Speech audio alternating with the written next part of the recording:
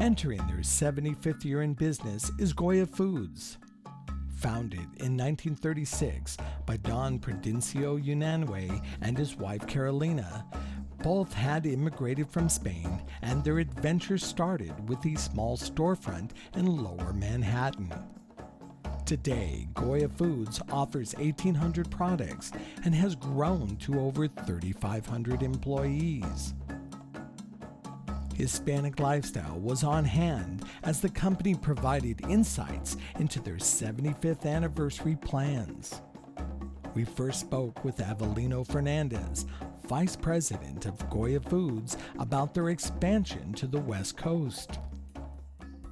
We've seen tremendous changes. The company has grown leaps and bounds. We have doubled, for example, here in Southern California, we have doubled our sales in the last 4 years, and continue to grow. We've seen lots of new products coming out. Now lately we're coming out with our new low sodium lines of rice, beans, seasonings. So we're always moving, doing something new. It's funny, you see a movie, one of these videos from 10, 15 years ago, and you know, we've changed. All of us have changed, also gotten older too. As consumers continue to experiment with cooking styles, Mr. Fernandez spoke about Goya's recipe books highlighting Latin American cuisine. A series of books that we have from different regions, from Spain, Mexico, Central America, South America, and now our new fusion cuisine. It's a way to entice people to cook and use our ingredients and our products. One of the new products that we came up with not too long ago is a complete seasoning that now I use on my salads, on meats, on anything, and items like this that make you look good in the kitchen. That's what we're all about. Mr. Fernandez went on to talk about the company's plans for expansion. We're focused on growth, obviously all over the world, but we're very focused right now on this part of the country, in Southern California and all of the Golden State, because of the large Hispanic population of the state, and that's one of our main consumer. So yes, we have efforts throughout the world, from our facility in Spain. We're focusing obviously through Europe and Africa, and same thing in Mexico, South America, Central America.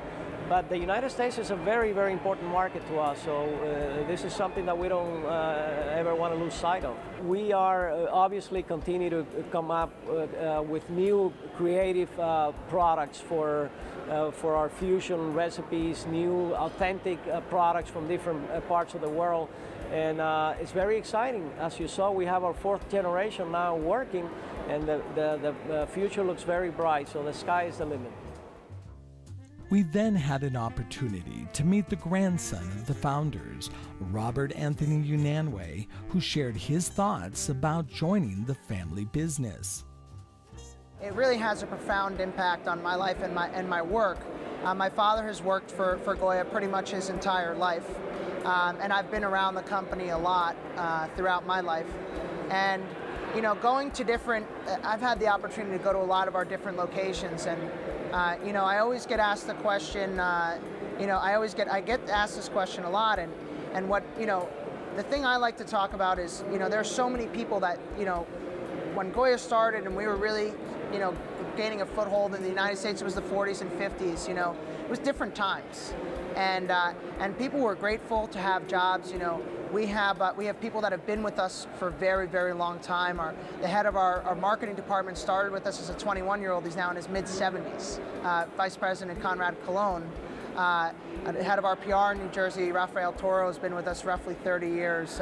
You know, we retain employees, and there's a reason we say La Gran Familia Goya, and it's because it's not just my family. So many people have had such a touch on our company and our lives. For me, daily, it's difficult to, you know, I try very, very hard to be, I have a lot of pride. I try to have a lot of respect. I try to work very hard. Many people that work for us work very hard and dedicate their lives. And you just try to kind of not necessarily live up to that, but show the same dedication or even more. And I just have so much pride and so much gratitude for the things that people have done for my family and for our brand and for our market over the years. And really, there's really no words that could really put it into perspective, but that's the best I can do. We finished our conversation with Robert by asking about the customers of Goya Foods products. It's not just the acculturated Hispanic. With the growth of the Hispanic population, and I'm sure people in Los Angeles here especially can speak to this, and I lived in Miami as well. You have this infusion of Spanish culture, and it becomes part of the mainstream culture. And Americans kind of become acculturated with the culture itself. In my experience, I was born in Puerto Rico, but I lived, most of my life in New Jersey since I was 5 years old, in areas that weren't really heavily Hispanic.